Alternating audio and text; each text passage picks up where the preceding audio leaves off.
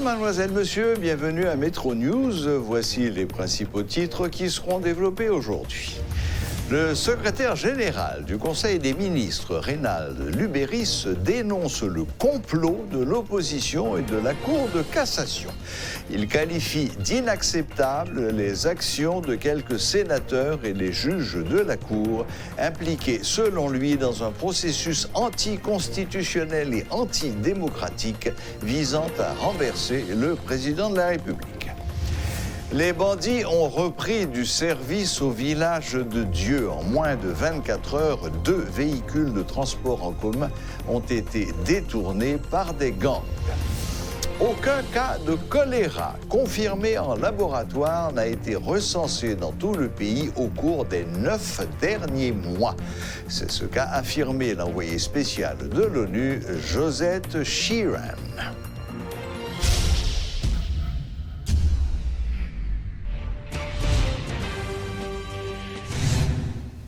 Le secrétaire général du Conseil des ministres, Reynald Lubéris, critique vertement le comportement de certains élus et des juges de la Cour de cassation. Il qualifie d'inacceptables les actions de quelques sénateurs et des juges de la Cour suprême impliqués, selon lui, dans un processus anticonstitutionnel et antidémocratique visant à renverser le chef de l'État. Dans la ligne de mire de M. Lubéris, les juges de la Cour de cassation qui à aucun moment n'ont démenti les informations faisant état de négociations politiques avec l'opposition. Si la Cour de cassation se prend au sérieux, elle devrait publier une note pour dire qu'elle n'accepte pas le principe de coup d'État, a martelé M. Lubéris lors d'une interview exclusive à Radio Métropole. Il s'étonne qu'un juge dont la fonction est d'administrer la justice, qui fait partie du système, puisse être, comme par enchantement, choisi pour changer le système. Il ironise sur la démarche des politiques et des juges, faisant valoir que le président provisoire qui sera désigné remplacera le président symbolique de 2001, M. Gérard Gourgue. En ce qui a trait à l'entente de l'hôtel Marriott, M. Lubéris juge que c'est une non-entente. On ne peut pas trouver d'entente quand elle met en péril les libertés individuelles et les institutions démocratiques garanties par la Constitution, dit-il.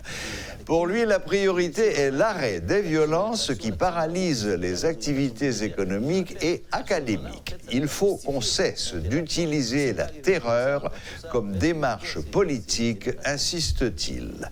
Le secrétaire général du Conseil des ministres ne décolère pas contre le sénateur Youri Latortue qui a dénoncé l'achat de 14 véhicules blindés. C'est un dossier de sécurité nationale. Que cela puisse arranger un sénateur que le chaos s'installe dans le pays, qu'il n'ait rien à faire, qu'il n'arrive pas à ratifier un gouvernement, ni à voter un seul texte de loi qui puisse améliorer les conditions de vie de la population, voilà qui est ahurissant. On a des élus foncièrement incompétents qui, en 4 ans, n'ont pas fait leur travail et qui s'érigent aujourd'hui en donneurs de leçons. L'histoire retiendra que c'est une situation tordue, a conclu M. Lubéris. L'accord Marriott est un accord mort-né et inconstitutionnel. C'est ainsi que le président du parti Rassemblement des Patriotes pour sauver Haïti, Parasol, Yvon Bonhomme, qualifie la proposition unique de sortie de crise à l'issue de la table de concertation des différentes branches de l'opposition. En conférence de presse vendredi, le leader du parti, réputé proche du pouvoir, appelle l'opposition à composer avec le pouvoir en place en vue de doter le pays d'un gouvernement qui va adresser les grands défis de l'heure. Yvon Bonhomme en a également profité pour demander à l'exécutif d'être responsable dans les dépenses publiques, de réduire le train de vie de l'État et que la loi sévisse contre les corrompus. Parti politique patriote rassemblé pour sauver la caille, dans le cas ça, a profité pour faire 6 propositions. 1. Pour le président de la République, là, dégager le coup, Jean-Jean. Rapide.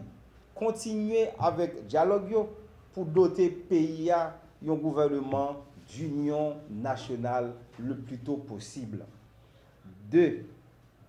Président République là, une fois que le gouvernement ça a fini de mettre sous pied, eh bien, une première action gouvernement ça, c'est déclarer état d'urgence humanitaire, économique et environnemental. Et 3. Plan pour redressement économique. Tout le monde décapitalisé. Pour recapitaliser, Madame Saray, Simachan, entrepreneur, tout le monde quelconque qui te gagne une activité économique, qui oblige aujourd'hui à faire n'importe li à cause de problème pays loc et moun sa pas capable d'entreprendre activité ça encore. Numéro 4, graisse cochon, pas graisse, pas cochon, pas assez graisse qui pour quitter li. Pour nous dire réduction train de vie l'État, c'est un impératif. Parti politique parasol a dit, majorité, 99% parlementaires, députés, sénateurs, ministres, eh bien, il faut réduire le train de vie pour le peuple capable de joindre. Majorité là-dedans, il y a un Port-au-Prince déjà, ou bien habiter Port-au-Prince. C'est une aberration, c'est abject. Pour y avoir ministre parlementaire, frère pour deuxième résidence, alors que majorité moun sa yo, ça pas de gain déjà, qui pas habiter Port-au-Prince déjà, et bien majorité dirigeant sa yo, qui prend l'argent deuxième résidence, c'est devant porte kay moun ou bien bas cabane kay moun y a dormi. Donc nous dit l'argent ça yo retourner dans l'éducation dans caisse l'état pour ça pi faible ka joindre. Et là tout n'a profité dit avec moun ou bien instance qui bataille qui travaille contre corruption dans pays a, quel que soit ministre parlementaire qui prend l'argent pour deuxième résidence et il pas effectivement gain deuxième résidence là, tribunal doit poursuivre parlementaire ça, doit poursuivre ministre ça. Et nous espéré avocat qui ont même cap chercher l'argent que pour l'état yo, et bien yo poursuivre ministre parlementaire ça yo pour yo bail cop deuxième résidence là parce que effectivement yo pas jamais gain deuxième résidence. A fini net pour le dire à toute jeune femme, jeune garçon qui ont même à recevoir un message cap dit ou barricade là c'est avenir, c'est futur. Parti politique par son l'abdou non. Barricade là, c'est tout pour enterrer tête tout. C'est fini la fin avec ou. Parti politique par son l'abdou jeune femme, jeune garçon. Si barricade là t'es bon t'es avenir, eh bien on t'apprend pile monde cap mettre dehors dans la rue journée jodi a. Non seulement pas contenté chita, mais on t'apprend essayer madame ya petite yo tout t'a dans barricade. Mais c'est où yo voyez. Ça veut dire qui ça? Pendant ou même yo dit ou barricade là c'est futur, c'est avenir, petite pour pas à l'école. Ça veut dire qui ça? Ou a préparer une génération de pauvreté et même les petits parents entrer dans le pays étranger, c'est eux qui continuer à diriger. Protestation, revendication, c'est un acquis, pas un caractère, mais en bataille, en défendre droit nous, côté droit l'autre là commencer. Notre invité de ce soir est Maître Samuel Madistin, président du conseil de direction de la Fondation G. Cléré. Et nous allons parler avec lui de la situation évidemment et surtout de l'aspect juridique de la décision de l'opposition, des oppositions, de nommer un juge de la Cour de cassation. Bonsoir Maître Madistin, bienvenue à Métro News.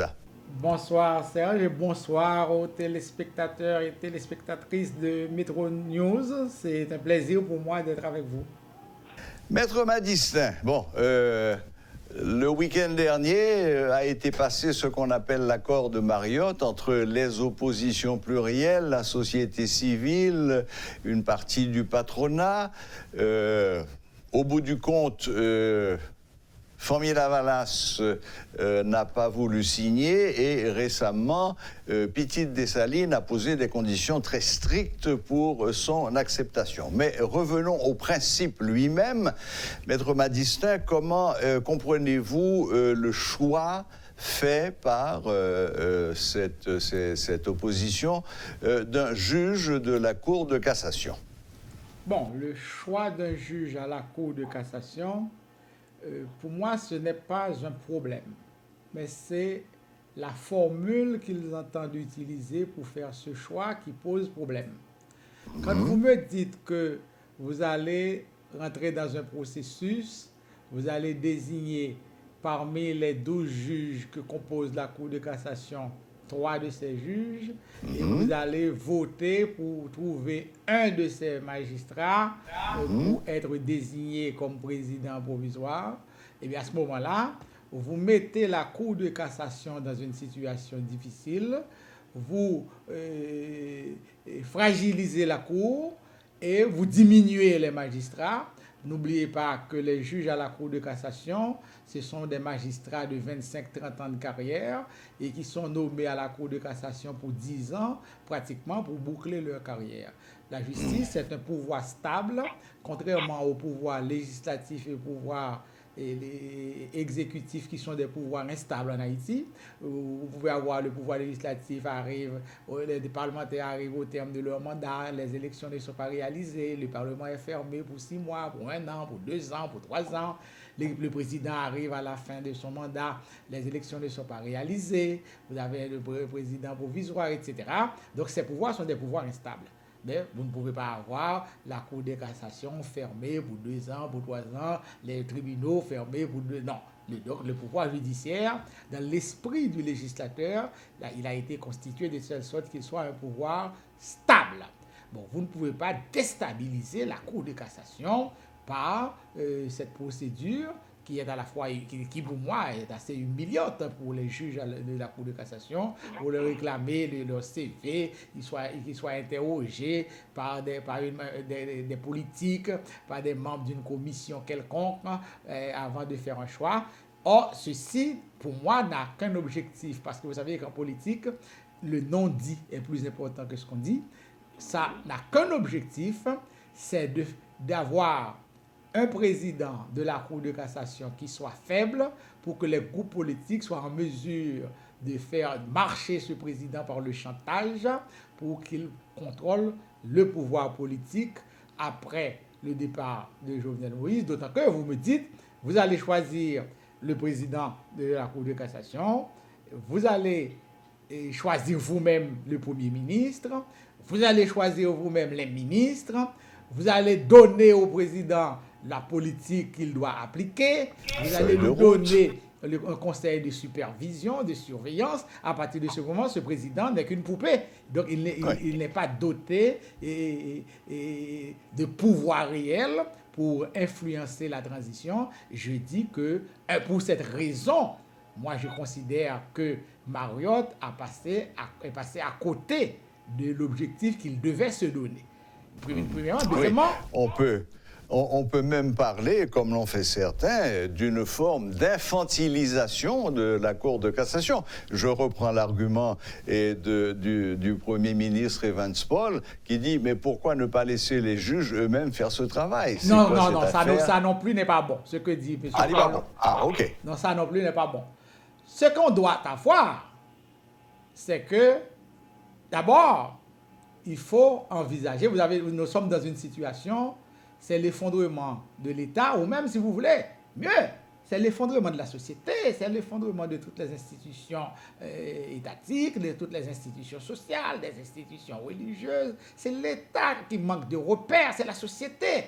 Donc, nous avons une crise profonde, nous avons une pauvreté extrême, vous avez des millions de gens qui ne peuvent pas manger à leur faim, vous avez un problème de chômage des jeunes qui est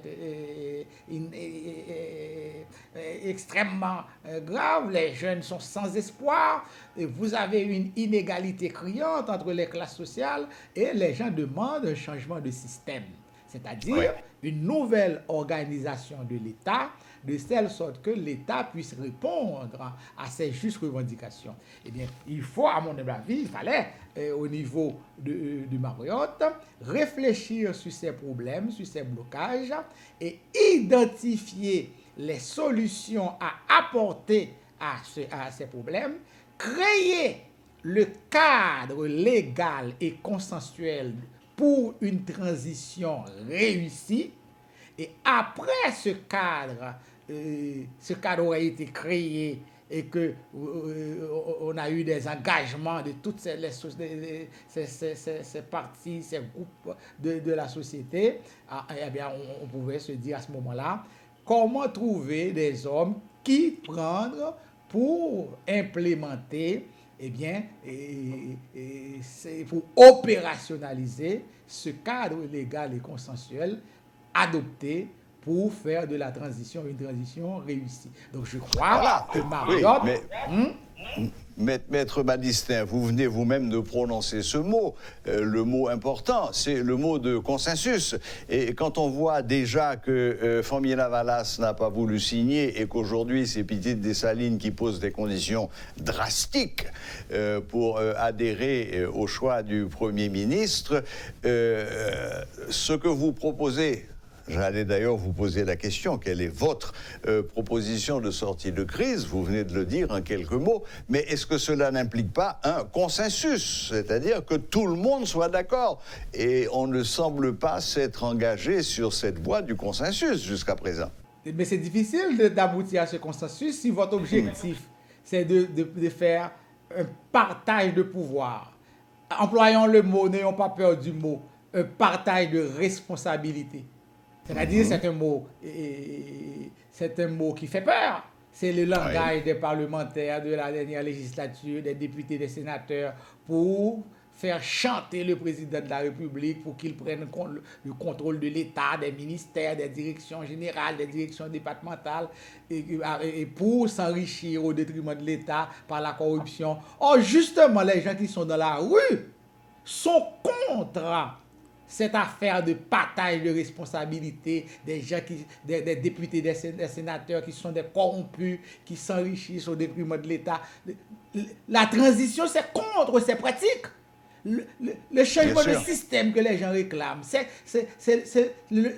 mettre fin à ces pratiques. Or, si vous me dites, vous répétez les mêmes mots, les mêmes termes, les mêmes pratiques, au niveau de cette recherche de consensus au niveau du Mariotte, c'est que vous faites fi des justes revendications populaires, vous attendez ça de ce qui se passe dans la rue, et bien vous allez répéter les erreurs du passé, et à ce moment-là, nous risquons d'avoir, n'est-ce pas, une crise récurrente où les gens reviennent constamment, vous renvoyez Jovenel Moïse, 3 mois, 6 mois après, les gens reprennent le béton, le macadam, pour exiger encore le départ du nouveau pouvoir, parce que vous n'aviez pas bien pensé la transition. Et c'est pourquoi je dis que Mariotte a raté l'objectif qu'elle devait se donner.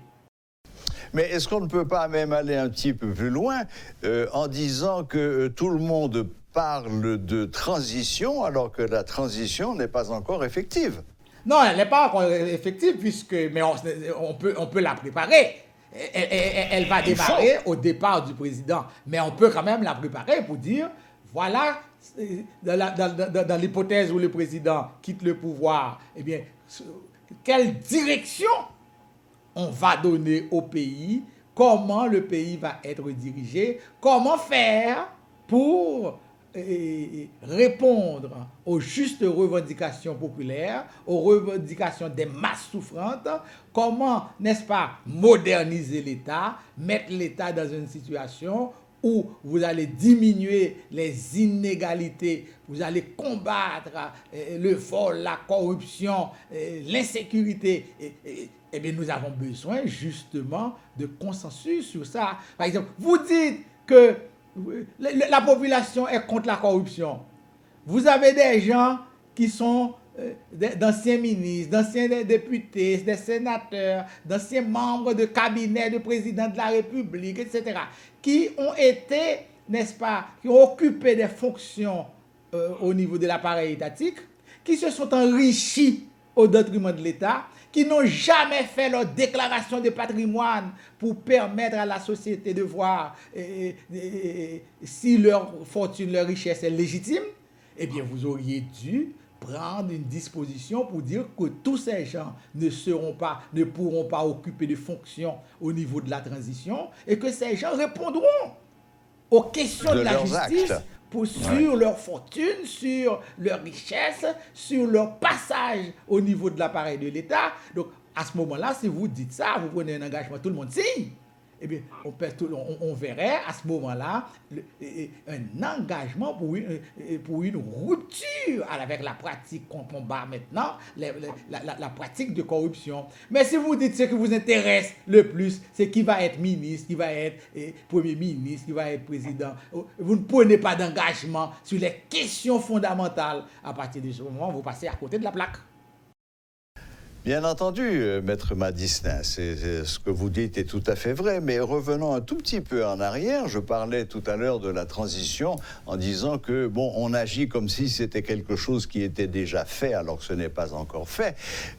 Sur le principe, est-ce que vous pensez que le président de la République doit être partie prenante aux discussions ou bien est-ce que vous partagez l'opinion de la majorité de l'opposition qui dit qu'il n'y a qu'un seul sujet qu'on puisse discuter avec le président, c'est les conditions de son départ?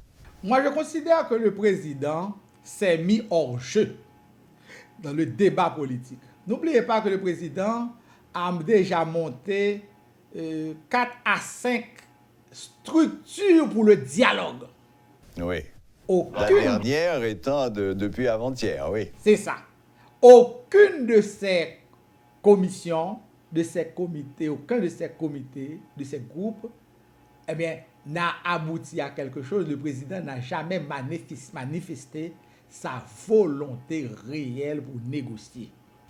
À partir de ce moment, ça c'est le premier problème. Le premier obstacle à tout type de dialogue, le président s'est mis hors jeu pour un climat de dialogue. Il n'a jamais fait preuve de volonté de dialoguer, premièrement. Deuxièmement, vous avez un président de la République qui perd le contrôle de l'appareil étatique. Aujourd'hui, les tribunaux sont fermés, vous ne pouvez pas circuler sur le territoire, vous avez des gangs, des groupes armés un peu partout qui contrôlent les territoires, le pouvoir est indexé dans l'utilisation, l'instrumentalisation des groupes armés pour intimider l'opposition ou bien pour préparer les prochaines élections.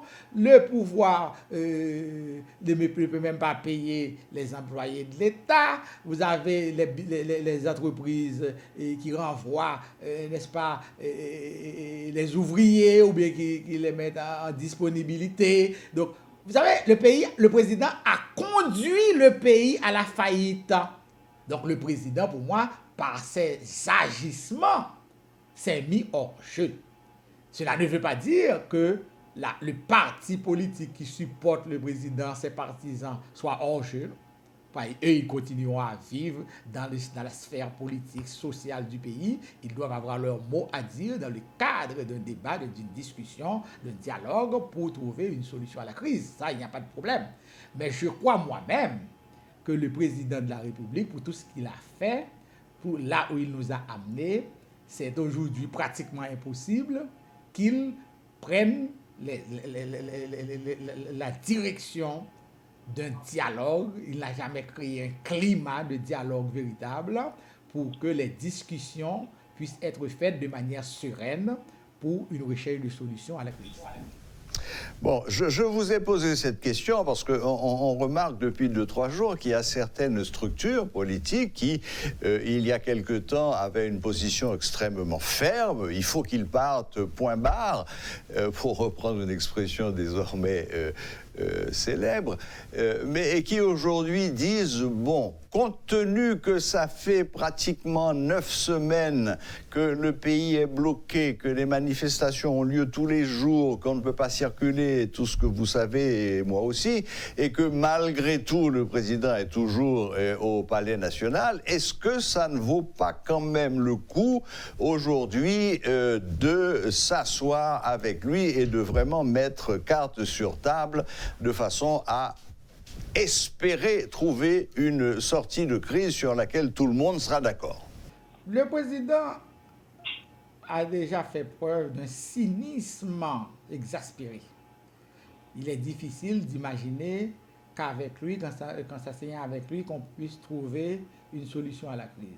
Et je crois aussi que c'est cette interrogation que Mariotte devait se faire et trouver une réponse. Pourquoi, justement, malgré tout ce qui s'est passé, ça fait plus d'1 an, l'année dernière déjà par exemple, c'est une grève qui a permis les examens officiels de l'État.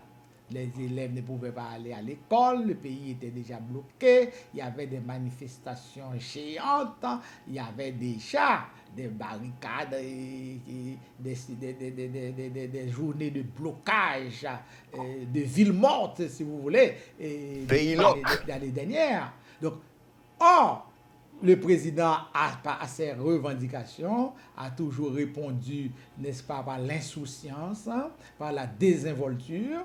Donc, Mariotte devait poser la question de savoir pourquoi le président est encore là, malgré ses protestations, malgré ses contestations, et chercher la réponse. Parce que la réponse, elle est là.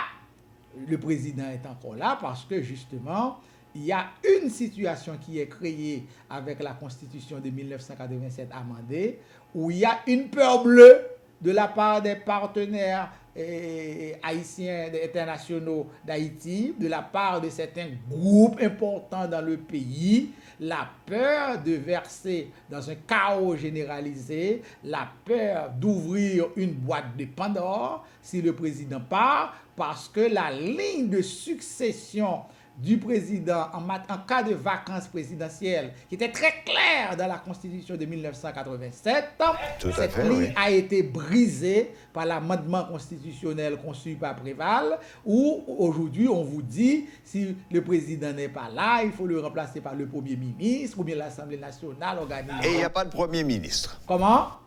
Et il n'y a pas de Premier ministre. Non seulement il n'y a pas de Premier ministre, mais même si vous auriez un Premier ministre, quand il y a ces mouvements de contestation, le Premier ministre, généralement, est plus contesté que le président. Donc, si vous renvoyez le président et que vous dites que vous allez appliquer la Constitution qui est en vigueur, vous risquez de tomber dans une situation où vous coupez la tête de l'État, et vous ne savez pas comment, justement, la remplacer. Et ça peut déboucher, vous pouvez ouvrir une boîte de Pandore. Et les gens ont une peur bleue de ça. Donc, Mariotte devait chercher la réponse à ça. C'est comment trouver une alternative crédible pour montrer à tout le monde, aux forces vives de la nation, aux amis de la communauté internationale, qu'en cas de départ du président de la République, à la minute qui suit, 5-10 minutes après, eh bien, le pays peut retrouver sa stabilité par la mise en place d'un pouvoir, d'un gouvernement qui puisse donner les garanties qu'il faut que le pays ne va pas être versé dans l'anarchie, dans le chaos. C'est ça le dilemme, c'est ça le problème, et c'est d'abord ça qui devait être la recherche de solutions pour Mariotte, au lieu de mettre la charrue avant les bœufs, au lieu de jouer à l'enfantillage en disant que vous allez choisir un président que vous allez installer le 18 novembre, vous avez un cabinet ministériel que vous allez installer, vous avez un premier ministre que vous allez identifier, que vous allez installer, alors que le président, même s'il est faible, il est encore là, il occupe la fonction, vous n'avez pas dit comment vous allez l'évacuer d'abord. Ça, c'est de l'enfantillage. Et Mariotte, justement, est passé à côté de ces réflexions fondamentales par cette velléité de rechercher des espaces de pouvoir, cette question de partage de responsabilités qui est devenue populaire avec les députés et les sénateurs les plus corrompus au Parlement, et que Mariotte a repris malheureusement ce jargon, ce discours en termes de solutions, de propositions de solutions pour la crise, qui à mon humble avis est un faux pas. Bien, mais écoutez, Maître Madistin, vous avez anticipé la question que j'allais vous poser. Vous y avez répondu avant que je ne la pose. J'avais envie de vous demander, est-ce qu'il ne serait pas aussi temps que l'opposition balaye devant sa porte ? Vous y avez répondu d'avance. Merci. Merci infiniment de nous avoir accordé un peu de votre temps et donné votre avis, qui est aussi celui de la Fondation J'éclairé, j'imagine, puisque vous êtes le président du conseil de direction de cette fondation. Merci, Maître Madistin, et bonne fin de soirée. C'est à moi de vous remercier. Merci beaucoup. Voilà. C'était Maître Samuel Madistin, président du conseil de direction de la Fondation J'éclairé, qui nous donnait son opinion sur ce qu'on appelle désormais l'accord de l'hôtel Marriott. Dans un éditorial publié dans le Miami Herald la semaine écoulée, l'envoyé spécial de l'ONU, Joseph Sheeran, a souligné qu'il n'y avait eu aucun cas de choléra confirmé en laboratoire dans tout le pays au cours des 9 derniers mois. Selon elle, cet énorme succès est le résultat d'un partenariat stratégique novateur entre le gouvernement haïtien, l'ONU et les principales parties prenantes. Lorsque le secrétaire général de l'ONU, Antonio Guterres, a pris ses fonctions en 2017, il a déploré que les Nations unies, qui se sont excusées pour leur rôle dans l'épidémie, n'aient pas fait assez au début de la crise et qu'elles auraient dû réagir plus efficacement et plus rapidement. Nous avons fait depuis de gros efforts pour être les partenaires à part entière que mérite Haïti, a écrit Mme Sheeran. Elle a précisé que l'ONU et ses partenaires travaillaient aux côtés des autorités haïtiennes pour développer une approche unifiée et une stratégie financière contre le choléra avec plus de 700 millions de dollars investis depuis 2010. Haïti manque d'infrastructures de soins de santé adéquates et des équipes d'intervention rapide ont été déployées dans toutes les zones touchées pour identifier, décontaminer, traiter et maîtriser les cas de choléra. Entièrement composées d'Haïtiens, ces équipes ont stoppé la plus grande partie des transmissions et des décès, a affirmé Mme Sheeran. En moins de 24 heures, 2 véhicules de transport en commun ont été détournés par des bandits du village de Dieu. Après avoir capturé un minibus assurant le trajet Carrefour-Port-au-Prince, les hors-la-loi ont récidivé en interceptant un bus qui partait en direction de Jacmel. Les passagers ont été contraints de donner de l'argent et tout autre objet de valeur. Pour récupérer le bus, une somme de 300 000 gourdes a été réclamée par les ravisseurs. Alors que la commune de Delma était considérée comme l'une des plus propres de la capitale, ce n'est plus le cas maintenant après 2 mois de pays-loc. Des tonnes d'immondices jonchent le sol, poubelles et décharges à ciel ouvert, c'est l'image que présente aujourd'hui cette ville. Jérémy Tillon et Guy Trichoisy ont sillonné les rues de cette commune. Suivez leur compte-rendu. Les 2 mois de pays-loc que le pays vient de subir ont bouleversé tous les secteurs et notamment celui de l'assainissement. Pendant de longues semaines, les rues de la capitale sont restées jonchées de détritus, faute de ramassage. Depuis quelques jours, les équipes de la voirie de la commune de Delma se sont remises au travail. Tractopelles, camions compacteurs et éboueurs sont à pied d'œuvre afin de redonner à cette ville son image habituelle. Nous commençons notre inspection au niveau de la mairie de Delma. Ici, le contraste entre la magnifique fontaine qui trône dans le parc du palais municipal et les rues adjacentes est flagrant. Aucun déchet n'est visible et l'environnement dans lequel les employés travaillent reste propre. À Delma 75, déjà le constat est différent. Ici, les marchands de vêtements d'occasion côtoient les détritus sans que cela semble les déranger. Certaines même utilisent les poubelles comme étal provisoire. Au niveau de Delma 48, des employés de la voirie sont au travail. Soutenus par un camion compacteur, ces éboueurs, munis de bottes et de casquettes, travaillant sans relâche sous un soleil de plomb. Ils ne disposent d'aucune protection, mis à part de petits masques en tissu qui, à l'évidence, sont totalement insuffisants pour ce type de tâches. Nous continuons à descendre l'autoroute pour arriver à hauteur de Delma 55. Ici aussi, une autre équipe s'affaire à retirer les détritus qui encombrent les trottoirs. Un camion compacteur et un tractopelle suivent les employés au fur et à mesure du ramassage. Arrivé au carrefour de l'aéroport, le service de la voirie est là aussi au travail, se démène tant bien que mal, avec de faibles moyens, pour retirer les déchets qui se sont accumulés au cours des derniers jours. Enfin, nous nous arrêtons au niveau de Delma 9, où nous pouvons nous entretenir avec un employé. Pour lui, ces 2 mois de pays-loc n'étaient pas une sinécure. En revanche, le travail a repris, et donc, l'espoir renaît. La situation est compliquée. Nous-mêmes qui là, notre travail n'est pas tout que nous toucher. Pays à l'autre. Mais nous ne pouvons pas arrêter notre travail. Nous là dans longtemps. C'est là nous fait implication. Et là, nous mangeons, nous bois, nous vendons. Mais comme si on va ouvrir, ça va pour nous. Pendant combien de temps au pas de travail ou même les pays étaient là? Non, nous devons faire au moins 22 jours.